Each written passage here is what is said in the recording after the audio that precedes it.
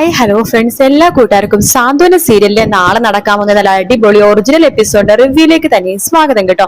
Channel ആദ്യമായിട്ട് കാണുന്നുണ്ടെങ്കിൽ ഒന്ന് സബ്സ്ക്രൈബ് ചെയ്ത് ലൈക്ക് ചെയ്ത് സപ്പോർട്ട് ചെയ്യണേ. അങ്ങനെ മീനാക്ഷി എടുത്ത് എസ് വളരെ മാന്യമായിട്ട് സംസാരിച്ചുകൊണ്ടിരിക്കുക കേട്ടോ. ഇതിൽ ഒപ്പിട്ട് തരികയാണെന്നുണ്ടെങ്കിൽ ഇപ്പൊ തന്നെ വീട്ടിലേക്ക് പോകാം, ഒരു പ്രശ്നവുമില്ല, തിങ്കളാഴ്ച കോടതിയിൽ ഹാജരാവാനും നിൽക്കണ്ട എന്നൊക്കെ പറയാണ്. അത് കേട്ടിട്ട് മീനാക്ഷിക്ക് കാര്യം മനസ്സിലായി. ഓഹോ, അപ്പോ താങ്കൾ ആ കൃഷ്ണമംഗലത്തെ അച്യുതന്റെയും അനന്തന്റെയും വെറും ഒരു വാലാട്ടിയാണല്ലേ എന്ന് ചോദിക്കാണ്. ചി, നിന്റെ അഹങ്കാരത്തിന് ഒരു കുറവില്ലല്ലേ? പോലീസ് സ്റ്റേഷനിൽ രാവിലെ വന്നതാണ് അവള്, രാത്രിയായി, എന്നിട്ടും അഹങ്കാരം കൂടണല്ലാണ്ട് ഒട്ടും കുറവില്ലല്ലേ നിനക്ക്? ഹോ, നിന്നെ പോലത്തെ ഒരു തൊലിക്കട്ടുള്ള പെണ്ണിനെ ഞാൻ ഇതുവരെ കണ്ടിട്ടില്ല എന്ന എസ് പറയുമ്പോ മീനാക്ഷി പറയുന്നുണ്ട്, സത്യസന്ധമായിട്ട് നിലനിൽക്കുന്ന ആൾക്കാർക്ക് എവിടെ വേണമെങ്കിലും ധൈര്യത്തോടെ കാര്യങ്ങൾ തുറന്നു പറയാനുള്ള സ്വാതന്ത്ര്യമുണ്ട്. എനിക്ക് ഇന്നെ ഇപ്പൊ കോടതിയിൽ കൊണ്ടായാലും റിമാൻഡ് ചെയ്താലും എന്നെ ജയിലിലിട്ടാലും ഞാൻ ഒരിക്കലും അധർമ്മത്തിന് ഇതായിട്ട് നടക്കില്ല, ഒരിക്കലും അതിന് സൈൻ ചെയ്ത് തരത്തുമില്ല. താൻ പോയിട്ടെ ആ അച്യുതനോടും അതുപോലെ തന്നെ അവിടുത്തെ കൃഷ്ണമംഗലത്തെ എല്ലാവരോടും പോയി പറഞ്ഞോ, ഈ മീനാക്ഷി ചത്താലും ഒപ്പിട്ട് തരില്ലെന്ന്. അവരുടെ ആഗ്രഹം ഒരിക്കലും നടക്കില്ലെന്ന്. എടി പെണ്ണെ, നീ റിമാൻഡ് ആയി കഴിഞ്ഞാൽ, നീ ജയിലിലൊക്കെ പോയി കഴിഞ്ഞാല് ഒരിക്കലും നിനക്ക് പുറം ലോകം ഇനി കാണാൻ പറ്റില്ല. കുറെ നാൾ കഴിയും. പിന്നെ ഇങ്ങനത്തെ ഒരു ഓഫീസറെ അവിടുത്തെ ഓഫീസിൽ ആവശ്യമില്ലല്ലോ, നിന്നെ അവിടുന്ന് സസ്പെൻഡ് ചെയ്യും. നിനക്ക് പകരം വേറെ ഏതെങ്കിലും ഒക്കെ ഒരു പെണ്ണോ അല്ലെങ്കിൽ വല്ല പയ്യനോ ഓഫീസിലേക്ക് വരും.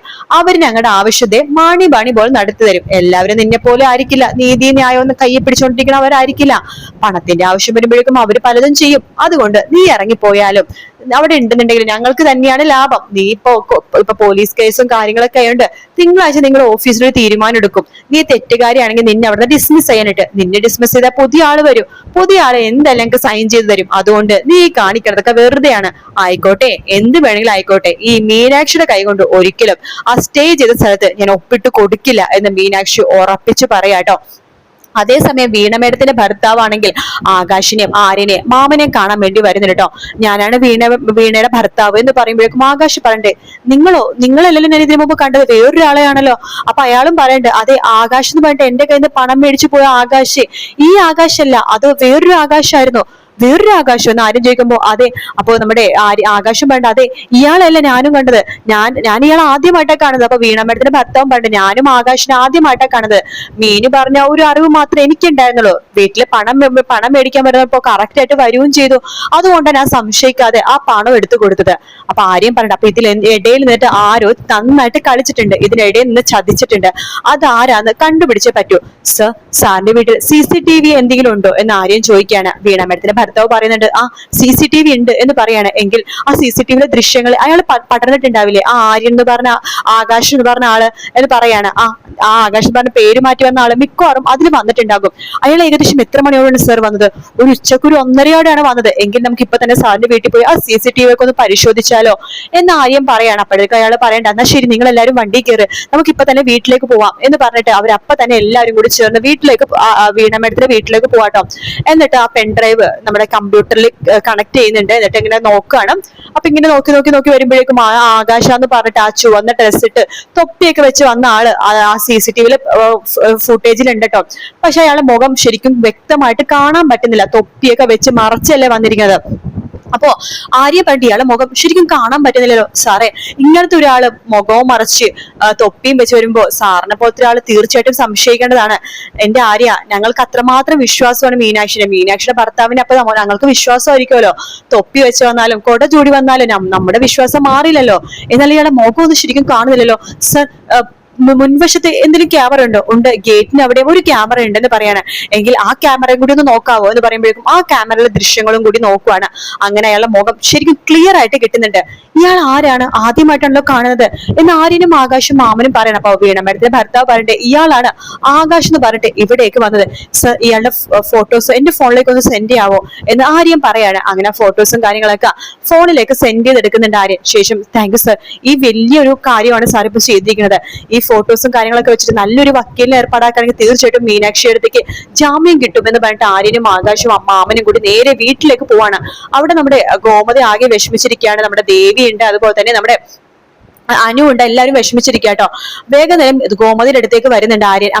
അമ്മയുടെ അടുത്തേക്ക് പണം തന്നത് വീണമേടത്തിന്റെ ഭർത്താവാണെന്ന് പറഞ്ഞിട്ടല്ലേ വന്നത്? അതെ, വീണമേടത്തിന്റെ ഭർത്താവാണെന്ന് പറഞ്ഞിട്ട് അയാൾ എന്റെ കയ്യിലേക്ക് പണം തന്നത് എന്ന് പറയാണ്. അയാൾ എങ്ങനെ ഉണ്ടാവും കാണാനായിട്ട് എന്ന് ആര്യൻ ചോദിക്കുന്നുണ്ട്. ആ സമയത്ത് ഗോമതി പറയുന്നുണ്ട് അയാൾ ഒരു റെഡ് കളർ ഡ്രസ് ഇട്ടാണ് വന്നത്, തലയിലൊരു തൊപ്പിയൊക്കെ ഉണ്ടായിരുന്നു, ഭയങ്കരമായിട്ട് മാന്യനായിരുന്നു അയാള്. വീട്ടിൽ കയറി ചായ കുടിക്കാന്ന് പറഞ്ഞപ്പോൾ അയാൾ ചായ കുടിക്കാണ്ടാണ് പോയത് എന്ന് പറയുമ്പോഴേക്കും ആര്യൻ വേഗം തന്നെ ഫോണിൽ ആ ഫോട്ടോ, അത് മറ്റേ വീണ മേഡത്തിന്റെ ആ വീട്ടിൽ നിന്നെടുത്ത ഫോട്ടോസിൽ അയാളുടെ മുഖം വന്നിട്ടുണ്ടല്ലോ, അപ്പൊ ആ ഫോട്ടോ കാണിച്ചു കൊടുക്കാണ് ഗോമതിക്ക്. അമ്മേ ഇയാളാണോ ഇവിടെ വന്ന് പണം തന്നത് അമ്മയുടെ അടുത്തേക്ക് എന്ന് പറയുമ്പോഴേക്കും ഗോമതി സൂക്ഷിച്ചു നോക്കണം, അതെ ഇയാള് തന്നെയാണ്, ഇതല്ലേ വീണ മേഡത്തിന്റെ ഭർത്താവ് എന്ന് പറയുമ്പോഴേക്കും ആര്യം പറയണ്ടേ ഏട്ടാ, അപ്പൊ കാര്യം മനസ്സിലായില്ലേ, അപ്പൊ ഒരാള് തന്നെയാണ് ആകാശ് എന്ന് പറഞ്ഞ് വീണ മേഡത്തിന്റെ വീട്ടിൽ പോയിട്ട് പണം മേടിച്ചതും ഇവിടെ വന്ന് വീണ മേഡത്തിന്റെ ഭർത്താവാണെന്ന് പറഞ്ഞ് പണം കൊടുത്തതും ഒരാള് തന്നെ. അവനെ പൊക്കിക്കഴിഞ്ഞാ കാര്യങ്ങൾ എളുപ്പമാകും. പക്ഷെ ഈ സമയത്ത് നമ്മൾ എവിടെ പോയി പൊക്കാനാടാ?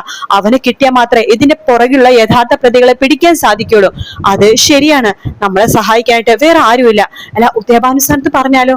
അപ്പോഴൊക്കെ ആര്യം പറയണ്ടേ അതൊന്നും വേണ്ട, നമുക്ക് ഞാൻ ചോദിച്ചു നോക്കട്ടെ, ആർക്കെങ്കിലും ഒന്ന് അന്വേഷിച്ചു നോക്കട്ടെ എന്ന് പറഞ്ഞിട്ട് നമ്മുടെ ആര്യൻ മറ്റേ പുള്ളിക്കാരനെ വിളിക്കാട്ടോ. മുമ്പ് മിത്രേനെ ഒരു പഠിത്തത്തിന് വേണ്ടി സഹായിച്ച ഇവിടെ വലിയൊരു മാഷു സാറൊക്കെ ഉണ്ടായിരുന്നില്ലേ, അപ്പൊ ആ പുള്ളിനെ വിളിച്ചിങ്ങനെ സഹായം ചോദിക്കാണ് ആര്യം. ഇത് വലിയൊരു പ്രശ്നമുണ്ട്, ഞങ്ങൾക്ക് ആളെ പിടികിട്ടിയിട്ടുണ്ട്, പക്ഷെ ഇവിടെ പോലീസ് സ്റ്റേഷനിൽ പോയി കഴിഞ്ഞാൽ ഒരിക്കലും പോലീസുകാര് നീതിക്ക് വേണ്ടി ഞങ്ങളുടെ കൂടെ നിൽക്കില്ല. അയാൾ ആർക്കൊക്കെ വേണ്ടി മീനാക്ഷരത്തിന് കൊടുക്കാൻ വേണ്ടി നോക്കാണ് സാർ, എന്തെങ്കിലുമൊക്കെ ഒരു മാർഗം പറഞ്ഞു തരാം. അപ്പൊ അയാൾ പറയണ്ടേ എത്രയും പെട്ടെന്ന് തന്നെ നിങ്ങളൊരു വക്കീലിനെ പോയി കാണാണ് വേണ്ടത്, അതിനുശേഷം എന്ത് വേണമെന്ന് വക്കീല് പറയുമെന്ന് പറയണ്ടേ.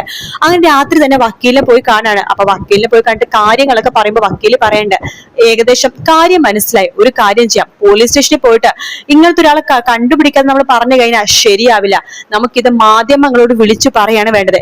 ഇപ്പോ പോലീസ് നാട്ടുകാർ പറഞ്ഞറിയണേക്കാളും എളുപ്പം. മുമ്പൊക്കെ ആണെങ്കിൽ ഒരു സംഭവം ഉണ്ടായി കഴിഞ്ഞാൽ അത് ഓരോരുത്തർ പറഞ്ഞ് നാട്ടിൽ മുഴുവൻ പാട്ടാവും. പക്ഷെ ഇപ്പൊ ഒരു സംഭവം പറഞ്ഞു കഴിഞ്ഞാൽ ഫോണിലൂടെയാണ് നാട്ടിൽ ഫുള്ളും പാട്ടാവണത്. അതുകൊണ്ട് ഇതും നമുക്കൊരു വീഡിയോ ആക്കി ഫോണിലൂടെ എല്ലാവർക്കും ഷെയർ ചെയ്യണം. അങ്ങനെ ഷെയർ ചെയ്ത് ഇത് എവിടെയാണോ എത്തേണ്ടത് അവിടെ എത്തണ വരെ ഷെയർ ചെയ്തോണ്ടിരിക്കണം. അങ്ങനെ ഇയാളെ കണ്ടുപിടിക്കാൻ പിന്നെ പോലീസിന് ഒന്നും ചെയ്യാൻ പറ്റില്ല. പോലീസിന്റെ തലപ്പത്തുള്ളവർ പറയും ഇയാളെ കണ്ടുപിടിച്ചേ പറ്റൂന്ന്. അതുകൊണ്ട് അവിടെ ഇരിക്കുന്ന SI ആണെങ്കിലും CI ആണെങ്കിലും ആരാണെങ്കിലും ഇയാളെ കണ്ടുപിടിക്കണം. കാരണം ഒരു പെണ്ണിന്റെ പേരിലാണ് ഇങ്ങനത്തെ ഒരു നാണക്കേടും ഇങ്ങനത്തെ ഒരു ചെയ്യാത്ത കുറ്റവും ഒരു കൈക്കൂലി കുറ്റം ഏറ്റുവെച്ചിരിക്കുന്നത്, അത് സർക്കാർ ഉദ്യോഗസ്ഥരുടെ മേളില്. അതുകൊണ്ട് തന്നെ എന്തായാലും ഇത് ഈ വീഡിയോ വൈറലായി കഴിഞ്ഞാൽ തീർച്ചയായിട്ടും മീനാക്ഷിക്ക് പുറത്തിറങ്ങാൻ പറ്റുമെന്ന് വക്കീല് പറയണ്ട. അങ്ങനെ നമ്മുടെ ആര്യനും അതുപോലെ തന്നെ ആകാശൊക്കെ പോയിട്ട് ഒരു വീഡിയോ പോലെ ഷൂട്ട് ചെയ്യാണ്. അയാളുടെ ഫോട്ടോസ് ഒക്കെ വെച്ചിട്ടാണ് ഷൂട്ട് ചെയ്യണത് കേട്ടോ. അങ്ങനെ ആ വീഡിയോ പെട്ടെന്ന് തന്നെ വൈറലാവാണ്. ഇയാളെ കണ്ടുപിടിക്കാൻ വേണ്ടി പോലീസ് തന്നെ തലപ്പത്തുള്ള ആള് തന്നെ പോലീസിനോട് പറയാണ് ഇയാളെ എത്രയും പെട്ടെന്ന് കണ്ടുപിടിക്കണമെന്ന് പറയാണ്. അങ്ങനെ അയാളെ കണ്ടുപിടിക്കുന്നുണ്ട്. അങ്ങനെ പല സത്യങ്ങളും പുറത്തേക്ക് വരികയാണ്. അച്യുതനും അനന്തനാണ് ഇതിന്റെ പുറകിലെന്ന് മനസ്സിലാവാണ്. പക്ഷെ മീനാക്ഷിക്ക് ഓൾറെഡി ഇപ്പൊ തന്നെ മനസ്സിലായി ഇതിന്റെ പുറകിൽ അച്യുതനും അനന്തനാണെന്ന്. അതുകൊണ്ട് തന്നെ മീനാക്ഷിനെ ആര്യനോ ആകാശോ കാണാൻ വരുവാണെങ്കിൽ തീർച്ചയായിട്ടും മീനാക്ഷി ഈ കാര്യം പറയും, അവർക്ക് വേണ്ടി ഒപ്പിട്ട് തരാൻ വേണ്ടിയാണ് എന്നെ ഇവിടുന്ന് കൂട്ടിക്കൊണ്ടു വന്നത് എന്നുള്ള സത്യം. എന്തായാലും നല്ല അടിപൊളി എപ്പിസോഡായിരിക്കും ഇനി വരാൻ പോകുന്ന ഭാഗങ്ങളിൽ കേട്ടോ. വീഡിയോ ഇഷ്ടപ്പെട്ടാൽ ലൈക്ക് ചെയ്യുക, സബ്സ്ക്രൈബ് ചെയ്യുക, കമന്റ് ചെയ്യുക. മറ്റൊരു വീഡിയോ ആയിട്ട് കാണാം. Take care, bye bye.